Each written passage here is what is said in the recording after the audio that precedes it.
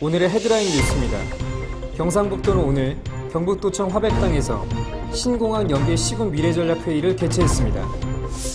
유통기한이 15개월까지 지난 제품을 보관하거나 냉동 원재료를 냉장 보관하는 등 불법 행위를 한 식품 제조가공 판매업체가 경기도 특별사법경찰에 무더기로 적발됐습니다. 잠시 후에 뵙겠습니다.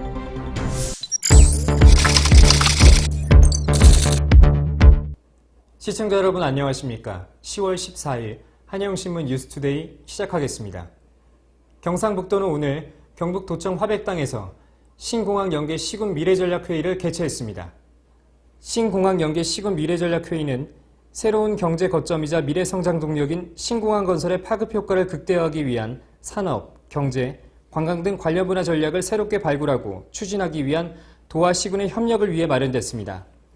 이날 회의에서는 경북도의 신공항 현황 비전, 신공항 연계 미래전략안 설명, 대구경북연구원의 공항경제권 발표에 이어 각 시군의 지역 강점, 여건 등을 반영한 공항 연계 지역 발전 아이디어 등이 논의됐습니다.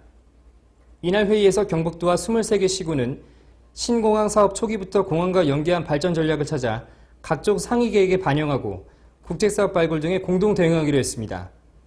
또 각 시군에서 구상 중인 신공항 연계 지역 발전 전략을 연결해 강점 등은 부각시키고 소모적인 경쟁은 최소화하는 등 효율적인 신공항 시너지 효과 창출을 위해 힘을 모으기로 했습니다.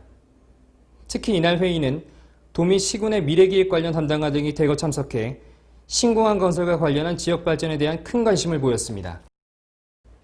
다음 소식입니다. 유통기한이 15개월까지 지난 제품을 보관하거나 냉동 원재료를 냉장 보관하는 등 불법 행위를 한 식품 제조 가공 판매업체가 경기도 특별사법경찰에 무더기로 적발됐습니다.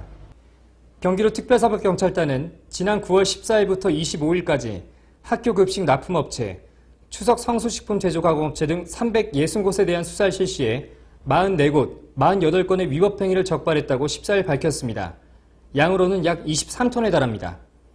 이번 수사는 추석 연휴를 대비해 소비 증가가 예상됐던 중대형 성수품 제조가공업체와 학교 급식 납품업체를 주요 대상으로 하고 코로나19로 어려움을 겪고 있는 전통시장과 영세업체는 대상에서 제외했습니다.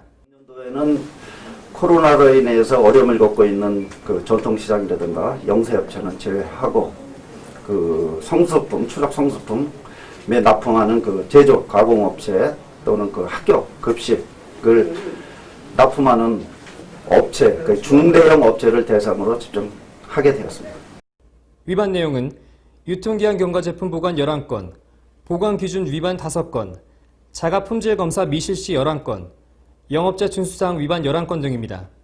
경기도는 보관온도 미준수, 유통기한 경과 등으로 적발된 부정불량식품 전체에 대해 압류, 행정지도 등으로 즉시 폐기하도록 조치했습니다.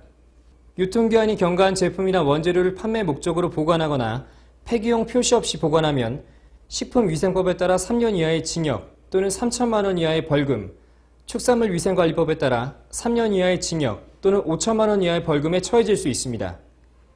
인치건 경기도 특별사법경찰단장은 이번 수사 대상 업체들은 대량으로 식재료를 관리 공급하기 때문에 안전한 식품 생산 유통을 위한 위생관리가 특히 중요한 곳들이었다라며 적발된 업체들은 관련 법규에 따라 엄격히 처벌할 계획이며 앞으로도 부정불량식품에 대한 수사를 더욱 강화할 것이라고 말했습니다. 시청해주신 여러분 고맙습니다. 지금까지 한영신문 뉴스투데이 박선입니다.